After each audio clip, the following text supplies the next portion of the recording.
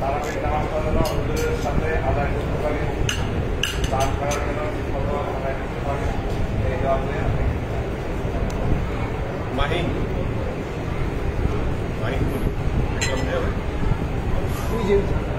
মাসুম ভাই, মাহিন ভাই,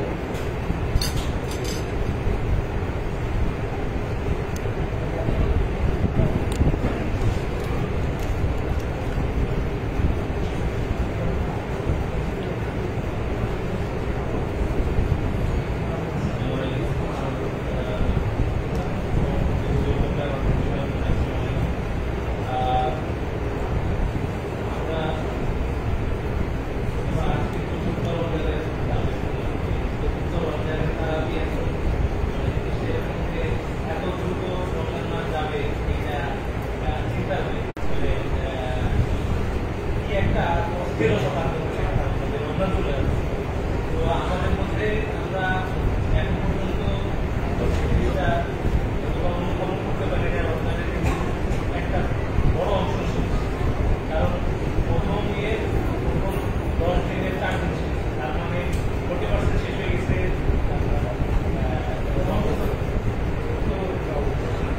এখন আসলে ইন্ডিয়া কাপের আমরা অনেক চেষ্টা করছি সেটাকে একটা পরিপূর্ণতা দিতে পারিনি।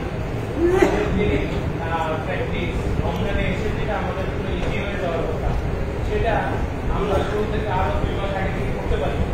এই জন্য এখন এসে আমরা তাড়াহুড়া করতেছি। এখন এসে আমরা মানে এখন অনেক কিছুই আমাদের কাছে কষ্টকর হয়ে যাচ্ছে। কিন্তু আমাদের গুরুত্বপূর্ণ শিক্ষা যদি আমরা ফলো করি, এগুলো আমাদেরকে গাইডেন্স দিচ্ছে, আমাদেরকে আল্লাহর পথে আমরা কিভাবে থাকতে পারবো সেটা গাইডেন্স দিচ্ছে।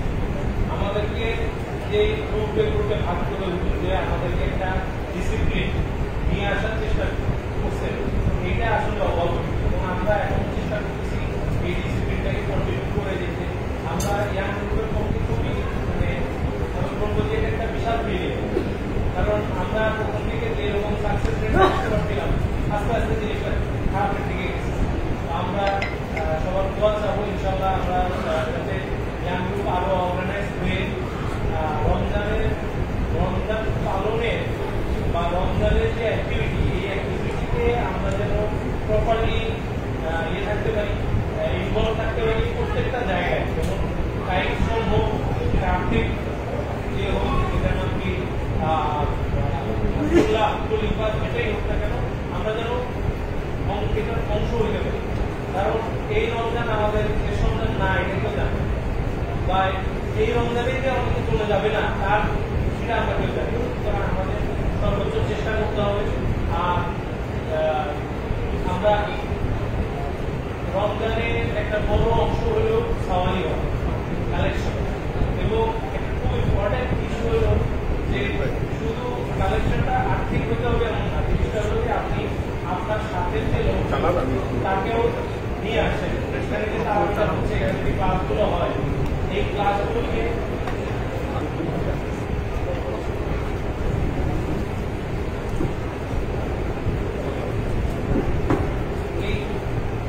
ক্লাসগুলো আমরা অনেকে আছে যারা অনলাইনে ক্লাস করেন, এবং আমি অনেকের কাছ থেকে রিকোয়েস্ট পাই যে আপনারা আমি কেন শেয়ার করতেছি, আমি শেয়ার করলে এই ক্লাসটা তারা দেখে পায়।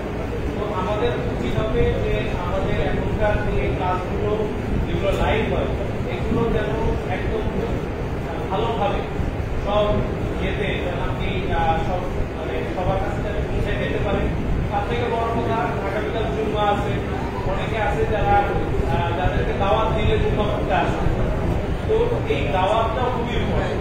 আমি এখানে যদি আমার ভাই ব্রাদার বন্ধু বান্ধবের মধ্যে কাউকে নিয়ে আসি, সে যদি দরবারটা অংশ হইতে পারে, এটা আমাদের জন্য একটা বিশাল পাওনা হবে। এবং খুব ইম্পর্টেন্ট একটা ব্যাপার হলো যে আমাদের প্রত্যেক দিনই কিন্তু খাবার এবং ইফতার এবং খাবারের যে আয়োজন, তাতে হুজুর আমাদেরকে যেভাবে টিম করে দিচ্ছেন, রামদিনী যেভাবে টিম ডিক্লেয়ার করে দিচ্ছেন যে আগামীকাল তারা এই এটা অংশগ্রহণ করবে, তার বাবা কে কে অংশগ্রহণ করবে, কিভাবে রান্না হবে, ইয়া হবে, এগুলোতে এই যে ডিসিপ্লিনটা নিয়ে আসা, এটা খুব গুরুত্বপূর্ণ একটা ব্যাপার। তো আমাদের চেষ্টা থাকতে হবে যে আমরা যেন এই প্র্যাকটিসটা কন্টিনিউ করতে পারি। এবং আরো ইম্পর্টেন্ট যেটা ব্যাপার সেটা হলো যে হুজুরকে ডাইরেকশনটা আমাদেরকে দিচ্ছে, আমাদের কিন্তু আমরা দরবারে আসছি, আমাদের হুজুরকে আমরা শিক্ষা থেকে জানি যে আমরা মুরিদ হয়ে আসছি। মুরিদ হওয়ার বেসিক যে ব্যাপারটা সেটা হলো কি প্রথমে নিজেকে বিসর্জন দিতে হবে। আমার যে আমিত্বটা আছে এটা যদি আমি বিসর্জন দিতে না পারি, এই যে আমি একটা মানুষ, আমি একটা অমুক, আমি তমুক, এই জিনিসটা যতক্ষণ পর্যন্ত আমি বিসর্জন দিতে না পারবো ততক্ষণ কিন্তু আমি মুরিদ হওয়ার যোগ্যতা অর্জন করি। আমি হুজুরের হাতে বয়ান করলাম কিন্তু আমার মধ্যে আমিত্বটা থেকে গেল, আমি আমার মধ্যে ওই জিনিসটা রেখে দিলাম যে না আমি একটা বিশাল কিছু, আমি দুনিয়ার কিছু একটা হইতে পারি কিন্তু আমি আল্লাহর দরবারে আমি কিছুই না, আমি তুমি বললাম। তো আমাকে প্রথম হুজুরকে প্র্যাকটিসটা করাচ্ছেন সেটা হলো কি আমিত্ব বর্জন করা। আমার ভিতরে যে আমিত্বটা আছে সেটাকে যদি আমি প্রথমত বর্জন করতে চাই তাইলে প্রাইমারিলি যে জিনিসটা আমাদেরকে চিন্তা করতে হবে সেটা হলো হুজুরকে একটা নির্দেশ পাওয়া। এইটা অপরাপরে পালন যদি করতে পারি, প্রথমত কথা হলো যে একটা মানুষের মানে প্রথম ইয়ে থাকে যে আমারটাই চলবে, আমার কথাটাই মুখ্য, এটাই মানুষের একটা নেচার। এইটাকে থেকে আমরা যদি বেরোয় আসতে পারি, আমরা যদি এটা থেকে বেরোয় এসে একটা পর্যায়ে আসতে পারি যে আমরা নির্দেশটা আমরা যেন অক্ষরে পালন করতে পারি, এটা কিন্তু আমাদের ফার্স্ট স্টেপ। মুরিদ হওয়া এটা আমাদের প্রথম স্টেপ। সুতরাং আমরা সর্বদা চেষ্টা করবো যে আমরা মুরিদ হওয়ার যে ক্যারেক্টারিস্টিক আমাদের পীর ভাই যারা এত বছর 30 বছর 40 বছর ধরে দরবারে আসতেছে তারা কিন্তু এই ক্যারেক্টারিস্টিকগুলো গঠন করছে। তারা এগুলা একদিনে হয়নি, তাদের প্র্যাকটিস করা লাগছে, অনেক বছর প্র্যাকটিস করছেন তারা, ওই অনেক বছর প্র্যাকটিস করে এসে আজকে দরবারে টিকছেন। তো আমাদের আমরা আল্লাহ অবশ্যই আমরা অনেক অল্প বয়স থেকে দরবারে আসা যাওয়ার সুযোগ আলাদা করে দিয়েছেন। সুতরাং আমাদের যে জিনিসটা চেষ্টা করতে হবে সেটা হলো প্র্যাকটিসটা মেনটেন। আমাদের দরবারের যে প্র্যাকটিস যে জেনারেল আমরা কিছু কিছু জায়গায় খুবই কাছে, আমি বলবো যে যেমন আমরা সামান্য কিছু আমরা ইয়ে করলাম এখানে খাবার পরিবেশন করতেছি, মসজিদটা একজন দায়িত্ব নিয়ে পরিষ্কার করবো, প্লেটটা নিয়ে গেলাম, হাতে করে নিয়ে যেয়ে হাত ধোয়ার সময় প্লেটটা ধুয়ে রেখে দিলাম। এগুলো কিন্তু এই প্র্যাকটিস গুলাই কিন্তু আমাদেরকে বেটার করবে, আমাদেরকে নিজেদেরকে বেটার করবে। যখন আমি নিজের প্লেটটা নিজে ধুয়ে রাখতেছি, বাসায় তো হাতও দিয়ে যেতে বাসায় খায় উঠে হাত প্লেটটা রেখে প্লেট থেকে লেগে উঠে এখানে এসে আমি প্লেটটা যখন নিজে ধুয়ে যাবো তখন কিন্তু ওই যে আমি তো বিসর্জনের ব্যাপারটা চলে আসবে যে আমি এইখানকার কালচারের সাথে আমি এক হইলাম। আমি এই মুরিদ হইতে হইলে আমার মুরিদ হওয়ার উদ্দেশ্য কি? আমি তো আল্লাহর রঙে রঙিন হইতে চাই। আল্লাহর রঙে রঙিন হইতে চাইলে আমাকে আমার ভিতরটা সাদা হইতে হবে। আমি যদি একটা ইয়েতে আমি কাপড় রং করতে চাই, রঙিন কাপড়কে রং করাটা কিছু নেই, রঙিন কাপড়ের উপরে রং লাগে না, কারণ ওইটা অলরেডি রঙিন। সুতরাং আমার রংটাকে ছেড়ে ফেলতে হবে।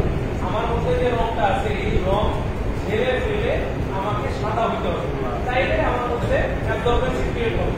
আমি এর মধ্যে আল্লাহর রং আমার মধ্যে এই হুজুর কেবলা যে আমাদেরকে বারে বারে এই প্র্যাকটিসের দিকে আনতেছে, আমরা কিন্তু লিখবেন বলো আমরা চোখে দেখতেছি না ব্যাপারটা, ওদেরকে আমাদেরকে এত সুন্দর করে গাইডেন্স করে একটা জায়গায় নিয়ে আসতেছে, এটা আমরা চোখে দেখতেছি না। আমাদের করণীয় কাজ একটাই যে হুজুর কেবলার নির্দেশটা প্রপারলি মেনটেন করতে। আমরা দেখেন আমাদের যদি একটা প্র্যাকটিস এত বছরের প্র্যাকটিস যে এখানে আমরা এখানে রান্না করছে এবং এই যে দরবারে খাওয়া দাওয়ার যে প্র্যাকটিস এইটা এমন হইতে হবে যে আমি কতজন আমরা দেখতেছি যে আমরা নন ক্লাস দেখতেও এখন মোটামুটি ভালো একটা পপুলেশন আছে যারা চিন্তা করতেছে এখানে ইয়ে করতেছে, এটা নাকি রাতের খাবার খাচ্ছে এবং ইনশাল্লাহ এর পরে এমনও হবে যে নাকি শেষ 10 দিনে ইনশাল্লাহ এরকম আমরা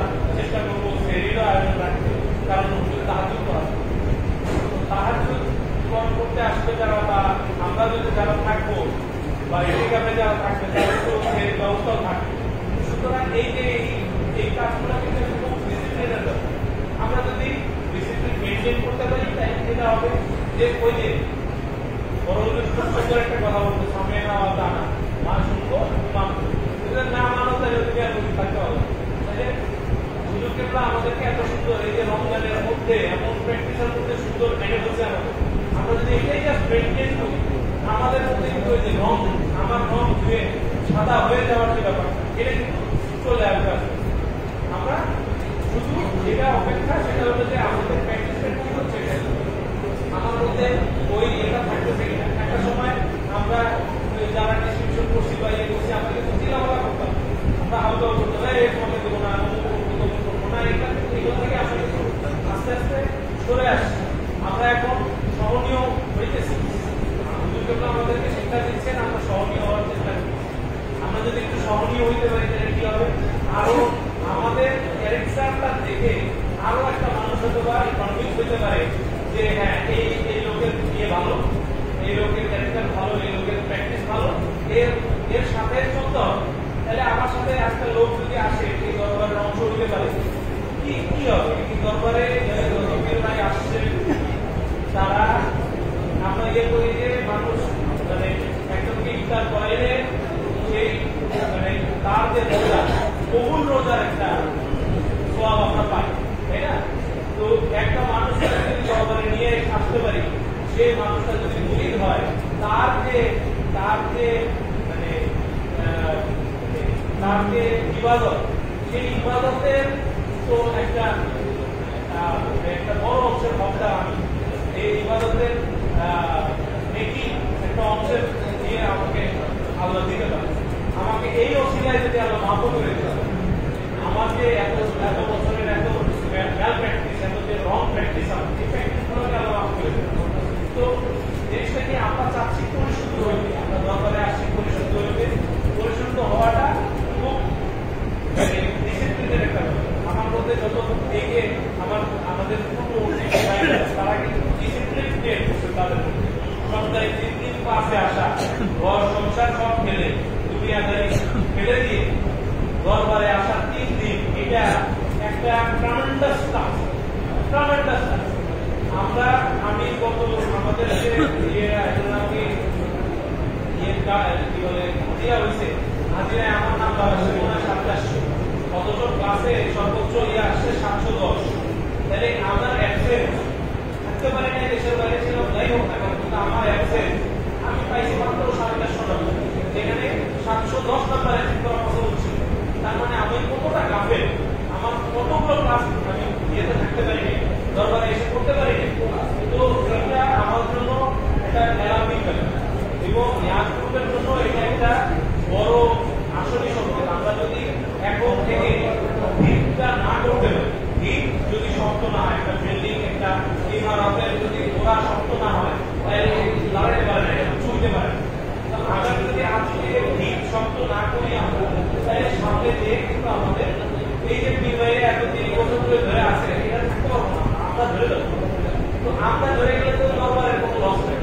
দরবার এক মানে কোনো কারো করে ডিপেন্ডেন্ট না, উপরওয়ালা এইটা আল্লাহ রহমত এই দরবার কেন পর্যন্ত স্থাপিত থাকবে এবং এইটা আল্লাহ তাআলা এইটা ইনশাআল্লাহ আমাদেরকে সেই বিদ্যার্থী আমরা এটা সামান্য একটু অংশ হইতে পারি, এটা হলো ইম্পর্টেন্ট। আমি দরবারে কতটুকু কন্ট্রিবিউট করলাম বা করলাম না, এটাতে দরবারের কোনো লস নাই, লস হলো আমার। আমি যদি এটা পার্ট হইতে না পারি, আমি যদি দরবারের অংশ হইতে না পারি, তাহলে আমরা একটা মানে জামের পর্যায়ে পড়ে গেলাম। আমরা যদি এই জায়গায় ব্যর্থ হই, সবচেয়ে বড় যে ব্যাপারটা কি, আমি এই দুনিয়ায় আসছি যাতে আমি পরিশুদ্ধ আত্মা হয়ে আল্লাহর কাছে যেতে পারি। তো আমার সেই প্র্যাকটিসের এইটাই হয়ে ওঠে মক্তব জায়গা। আল্লাহ কতটা তৌফিক কত ভালো দিছে। আজকে রমজান মাসে এই সময়ে আপনি দেখেন মানুষ 8 টাকা তারাবি পড়া বাড়ি চলে গেছে, অনেকে ঘুমাইছে, টিভি দেখতেছে, ফ্যামিলি নিয়ে শপিং করতে গেছে। আমরা দরবারে আছি, আমরা 20 টাকার নামাজ পড়ছি, আমরা ওয়েট করতেছি হুজুর কেবলা আমাদের ক্লাস দিবেন। ক্লাস নেওয়ার পরে আমাদেরকে যে হেদায়েত, আমরা যে সামান্যতম হইল যে হেদায়েত প্রাপ্ত হইতে পারি, এটা আশায় আমরা বসে আছি। এইটাই হুজুরের ডিসিপ্লিন। এই ডিসিপ্লিনই হুজুর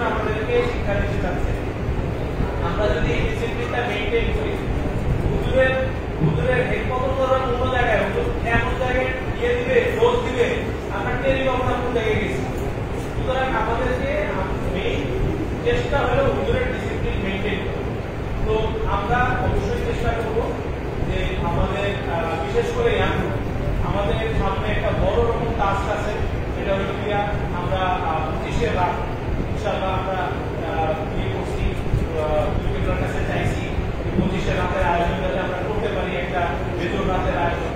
তো একটা বেজোর রাতের আয়োজন শুধু মানে মুখের কথা আমি বললাম যে হ্যাঁ ঠিক আছে আমি করবো বা এই করবো না, এটা কিন্তু একটা বড় টাস্ক। বেজোর রাতে কি হবে, আজকে বৃহস্পতিবার 550 লোকের আয়োজন করা হয়েছে, শুক্রবারে দেখা যাবে 600-650 লোকের আয়োজন করা হবে। তাহলে একটা বেজোর রাত হয়, আমাদের ধরে নিতে হবে মিনিমাম এখানে এক বেলায় 600, আরেক বেলায় আবার 250-250 লোকের আয়োজন রাখতে হবে। কেন? তাহাজ্জুদ করাবে, এই তাহাজ্জুদে মানুষ থাকবে না, বেজোর রাত খুব ইম্পর্টেন্ট, আমরা থাকবো, আমরা থাকবো। তো যারা দেখতে পাই এদিকে করবে তাদেরও একটা আয়োজনের ব্যাপার আছে, এবং তাদের আমরা এতে কাজ যারা করতে পারবো না, এতে কাজে যাদের সময় কম হয় তাদের উচিত হইল এতে কাজকারীদেরকে এতে কাজকারীদের এই কথা আমরা যত ভালোভাবে করবো তারা তো আমাদের হকটা আদায় করে। আমার হক যে লোক আদায় করতেছে তাহলে আমার কিন্তু তো তার জন্য আমার ইয়ে থাকা উচিত, তো আমাদের সবার চেষ্টা থাকবে আমরা যেন এই কাজটা করি। তো এক গ্রুপে সবাই ইনশাআল্লাহ আমরা আগামী কাল জুম্মা আছে, জুম্মার পরে এবং রাতে এর আগে তার আগে আমরা মোটামুটি একটা ডিসকাশন করবো এবং সবাই মিলে একটা আমরা চাই যে একটা ইউনানিমাস ডিসিশন হোক, এবং এই ডিসিশনটা হুজুরের কাছে আমরা প্রেজেন্টেবল ডিসিশন করতে পারি যে হুজুর আমরা এই ধরনের আয়োজন করতে চাচ্ছি, আমরা এত লোকের আয়োজন করবো, এইভাবে রান্নাটা এইভাবে করতে চাই, আমরা খাওয়াইতে চাই এইভাবে। এই যে জিনিসটা হুজুর আমাদের চাচ্ছে যে আমরা একটা সার্টেন ডিসিপ্লিনে থাকি, এই জন্য কিন্তু অলরেডি আমরা 3 রমজানে কিন্তু দেখতেছি, এবং হুজুরের নির্দেশ যত ভালোভাবে পালন করা হবে আমাদের কত সুন্দর আয়োজন হবে। আমরা এই আজকের দিন দেখেন আলাদা মতন হুজুর টাইম দিচ্ছে আমাদের 8:30 থেকে 9:30, আমরা কিন্তু খাবার মোটামুটি 8:30টার মধ্যে সাইজ করে করতে পারছি, কারণ আমাদের ওই ধরনের প্র্যাকটিস মোটামুটি একটা যেতে চলে আসছে। আমরা 9:30টায় শুরু করছি, মোটামুটি 45 মিনিটের মধ্যে খাবার ডিস্ট্রিবিউশন হয়ে গেছে, মানুষ খাইতে পারছে, তারপরে 15 মিনিট গ্যাপ দেওয়া হলে তারপরে নামাজ শুরু হয়েছে। তো এটাও খুব ইম্পর্টেন্ট ব্যাপার। এটা যদি দেখেন হুজুরের ক্যালকুলেশনটা কত সুন্দর, 9টায় আসবে আমাদের 15 মিনিটের দিয়ে দিয়ে। তো আমাদের জন্য হুজুরের যত খেয়াল, যত জায়গায় হুজুরের খেয়াল রাখতেছে, আমরা কিন্তু হুজুরের সেই খেয়ালটা রাখতে পারছি। একটা মানুষের মানে নির্দেশটা দিচ্ছে, সেটা যদি আমি পালন করতে না পারি, এটা কিন্তু একটা আমি ইয়ে হইলাম, মানে কি বলে তাকে একটা তার কথাটা শুনলাম না, এটাও তার মানে তার খেয়াল না রাখার জন্য। সুতরাং আমাদেরকে আমাদের সর্বোচ্চ চেষ্টা থাকতে হবে যে আমরা এই হুজুরের এই ডিসিপ্লিন আমাদের এখন এই একটা জিনিস দেখেন রাস্তা বলতে যাই হোক না কেন, মানুষ এই কয়েকজন আমরা যে কয়েকজন আছি এখানে আমরা কিন্তু সৌভাগ্যবান, এটা বিশাল একটা সৌভাগ্য আমাদের যে আমরা এখানে থাকতে পারছি। আমাদের আপনারা দেখেন আমরা বরাতে সবে বেড়াতে সবে বরাতে আমরা প্র্যাকটিস করছি যে আমরা সারা রাত খুব ইবাদতের প্র্যাকটিস করছি, মানুষদের বাসায় ঘুমাইছে, মানুষদের রাস্তায় বসে যাই করছে না কেন আমরা ইবাদত করার প্র্যাকটিস করছি। এইটাই আমাদের রমজান মাসে, এটা আমাদের পাঠ্য চলে আসছে। সবাই দোয়া করবেন আমরা যেন এই রমজান মাসের ফজিলত বসেন, মসজিদ তো অর্ধেক ফাঁকা হয়ে গেছে দেখি আস্তে আস্তে তাড়াতাড়ি শেষ করে দিন।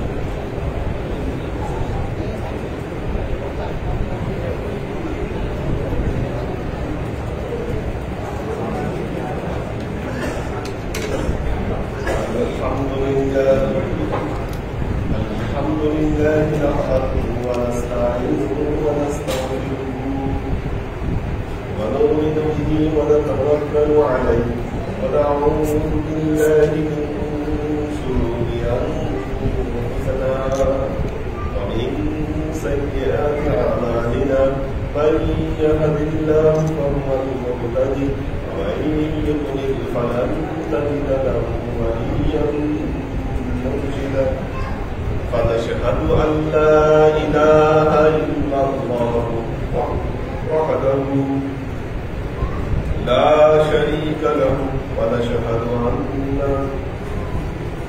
سيدنا وسندنا ونبينا محمدا صلى الله عليه وسلم الذي أرسله الله بالحق بشيرا ونذيرا وداعيا إلى الله بإذنه وسراجا منيرا.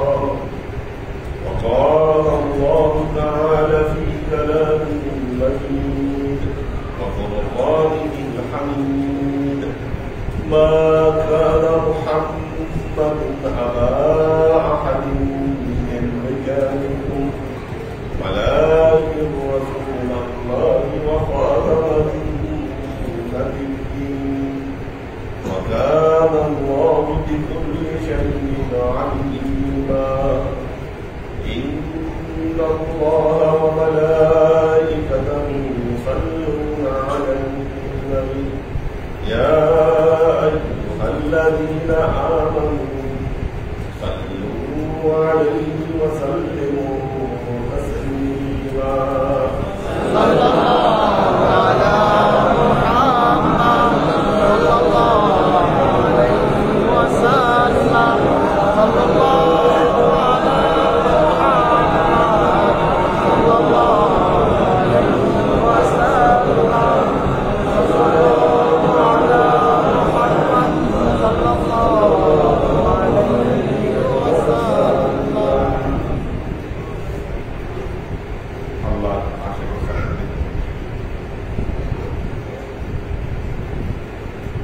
الله تعالى باقي الشرط يا أيها الذين آمنوا كتب عليكم الصيام كما كتب على الذين من قبلكم لعلكم تتقون. তোমাদের উপর সিয়াম সাধনাকে ফরজ করা হয়েছে যেমনি ভাবে করা হয়েছিল পূর্ববর্তী উম্মতের উপর। কেন? লাআল্লাকুম তাত্তাকুন, যেন তোমরা মুত্তাকি বান্দায় পরিণত হতে পারো, পরহেজগার বান্দায় পরিণত হতে পারো। একটা জিনিস দেখেন, দ্বিতীয় হিজরিতে যখন সিয়াম ফরজ হল মানুষের, আল্লাহ কতগুলো কন্ডিশন দিলেন। বললেন পূর্ববর্তী উম্মতেরাও এরকম রোজা রাখত, তোমরা যেমন রোজা রাখছো এ রোজা পূর্ববর্তী উম্মতরাও রাখত। কেউ উপবাস পালন করত, কেউ ফাস্টিং করত, তারাও রাখত। কিন্তু তাদের রোজা তোমাদের রোজার মধ্যে বেশি পার্থক্য আছে। তারা না খেয়ে থাকত। তোমাদের সিয়াম সাধনা না খেয়ে থাকা নয়, বরং না খেয়ে থাকার চেয়ে আরো ভিন্ন কিছু। না খেয়ে থাকা নয়, এই জন্যই আল্লাহ সাহারির ব্যবস্থা করলেন। আল্লাহ নবী কিন্তু বলেছেন তাসাহহারু ফাইন্না ফি সুহরি বারাকা, তোমরা সাহারি গ্রহণ করো, সাহারির মধ্যে তোমাদের জন্য বরকত আছে। আবার বলেছে সাহারি একদম শেষ সময় পর্যন্ত খাও। শেষ সময় বলতে আবার আলো ফোটা না, কিন্তু আবার এটা মিস ইন্টারপ্রেট করবেন না। স্পষ্ট বলা আছে হাত্তা ইয়াতাবায়্যানা লাহুমুল খাইতুল আবিয়াস মিনাল আসওয়াদ। এটাও তো আগে সুযোগ ছিল না। আগে যখন রোজা প্রথম ফরজ করা হয় তখন এমন শর্ত ছিল রাতে ঘুমায় পড়া মানেই খাবার সুযোগ শেষ, খাওয়া দাওয়া যা করতে হবে ঘুমের আগে। আল্লাহ এটাকেও কারেকশন করে দিলেন, বললেন যে না, ঘুমের আগে না, তোমরা ঘুম থেকে উঠেও খেতে পারবা।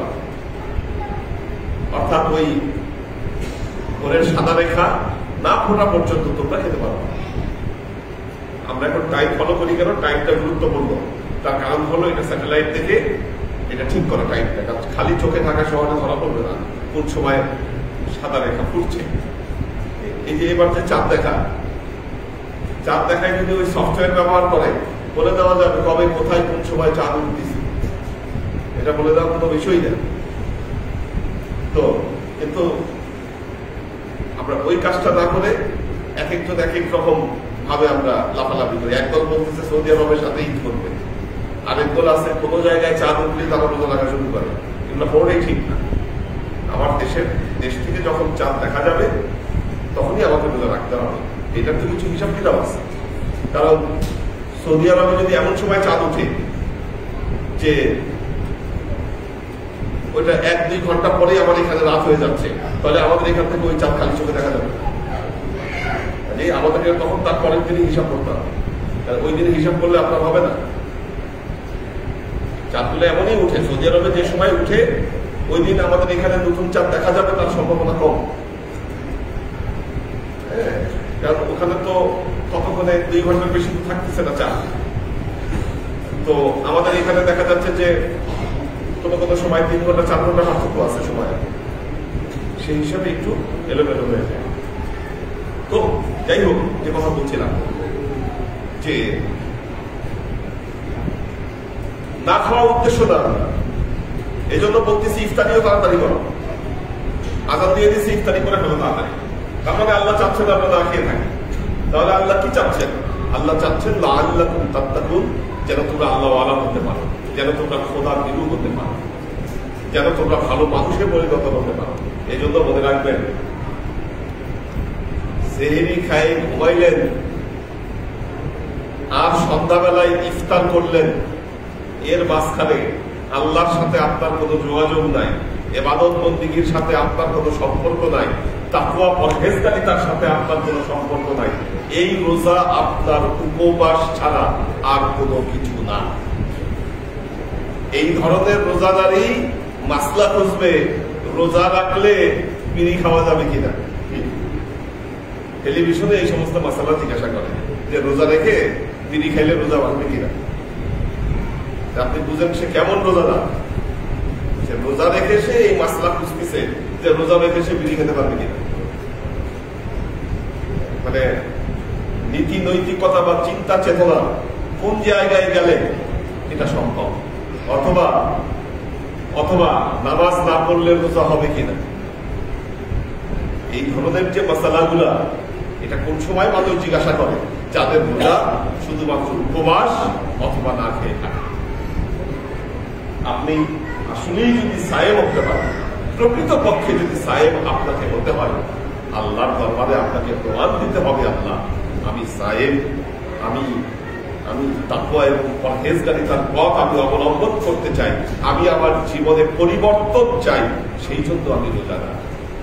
এটাই আল্লাহ বলছেন লাআল্লাকুম তাত্তাকুন, যেন তোমরা মুত্তাকি হতে পারো। যার রোজা, তাকওয়া, পরহেজগারিতা, ইবাদত বন্দেগীতে পরিপূর্ণ, মনে রাখবেন মাহে রমজানুল মুবারকে তিনি সফল রোজাদার। আল্লাহ আমাদের এই তৌফিক দান করুন। বারাকাল্লাহু লানা ওয়া লাকুম ফিল কুরআনিল আযীম ওয়া নাফা'না ওয়া ইয়্যাকুম বিল আয়াতি ওয়া যিকরিল হাকীম ইন্নাহু তাআলা জাওয়াদুল কারীমুল মালিকুল বাররাউফুর রহিম। আমাদের মাকসুদ ওমর ভাইয়ের যিনি ওয়াইফ জোসনা, অতি কম বয়সে চলে গেছেন উনি। তো যে বয়সে যাওয়ার কথা না, দোয়া করবেন আল্লাহ যেন তাকে জান্নাত নসিব করেন। এবং সে যখন অত্যন্ত অসুস্থ ছিল, অসুস্থ অবস্থায় একদিন আমাদেরকে দাওয়াত করে উনি রান্না করে খাওয়াইছিলেন। হ্যাঁ, ওনার ইন্তেকালের 15 দিন আগে এটা ওনার খুব শখ ছিল যে উনি খাওয়াবেন। উনি ওই কাজটা উনি করে দিয়ে গেছে, দাওয়াত দিয়ে উনি তারপরে আমাদের জন্য সে নিজ হাতে তখন সে রান্না করে আমাদেরকে খাওয়াইছে। তো আমরা যেন এর তার এই যে ভালোবাসা এবং আল্লাহ তার যে মায়া, এর প্রকৃত সাজা আল্লাহ যেন তাকে দান করেন। তার পক্ষ থেকে এখানে ব্যবস্থাপনা নেওয়া হয়েছে। আল্লাহ اللهم صل على محمد وعلى ال محمد كما صليت على ابراهيم وعلى ال ابراهيم انك حميد مجيد. اللهم بارك على محمد وعلى ال محمد كما باركت على ابراهيم وعلى ال ابراهيم انك حميد مجيد. ظلمنا انفسنا وان لم تغفر لنا وترحمنا لنكونن من الخاسرين. ربنا آتنا في الدنيا حسنة وفي الآخرة حسنة وقنا عذاب النار. ربنا لا تزغ قلوبنا بعد إذ هديتنا وهب لنا من لدنك رحمة إنك أنت الوهاب.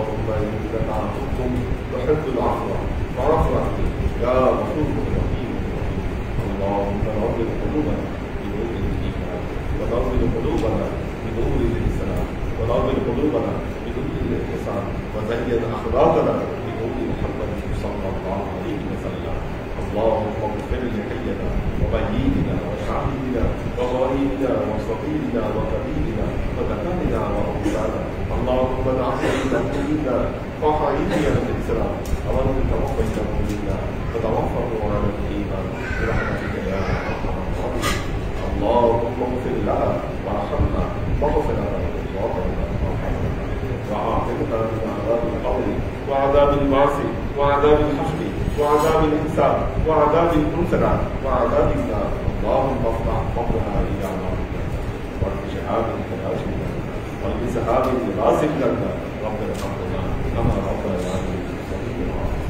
يا الله يا رحمن يا رحيم আমরা সবগুলো চাই এই সমস্ত আমলগুলো ত্রুটিমুক্তভাবে এই আমলগুলো যদি আমলের দ্বারা আমাদের প্রিয়ারা নবী হযরত মুহাম্মদ মুস্তাফা সাল্লাল্লাহু আলাইহি ওয়াসাল্লামের কাছে পৌঁছে দাও।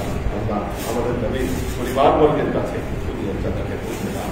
এই দুনিয়ার সমস্ত আম্বিয়া কেরাম সাহাবায়ে কেরাম তাবেঈন ওলি আউলিয়া গাউস কুতুব আমাদের বাবা ভাই বোন আত্মীয় স্বজন এই দরবার থেকে যতদিন ভাইবোন চলে গেছে সবার রূপে আল্লাহ তুমি জান্নাতে পৌঁছে দাও। তুমি তোমার হাবিবের উসিলায় আমাদের সবাইকে কবুল ক্ষমা করে দাও। বিশেষ করে আল্লাহ আজকে আমরা যার জন্য এই আয়োজন করলাম আল্লাহ তার কাছে এর জায়গাকে পরিপূর্ণভাবে পৌঁছে দাও। তুমি তার পূর্বাপর সমস্ত ত্রুটি বিচ্যুতিগুলো তুমি মাফ করে দাও। আল্লাহ তুমি তার কবরকে আলোকিত করে দাও।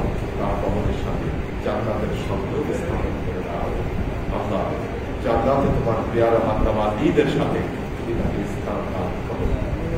সুবহান রাব্বিকা রাব্বিল ইজ্জাতি আম্মা ইয়াসিফুন সালামুন আলাল মুরসালিন।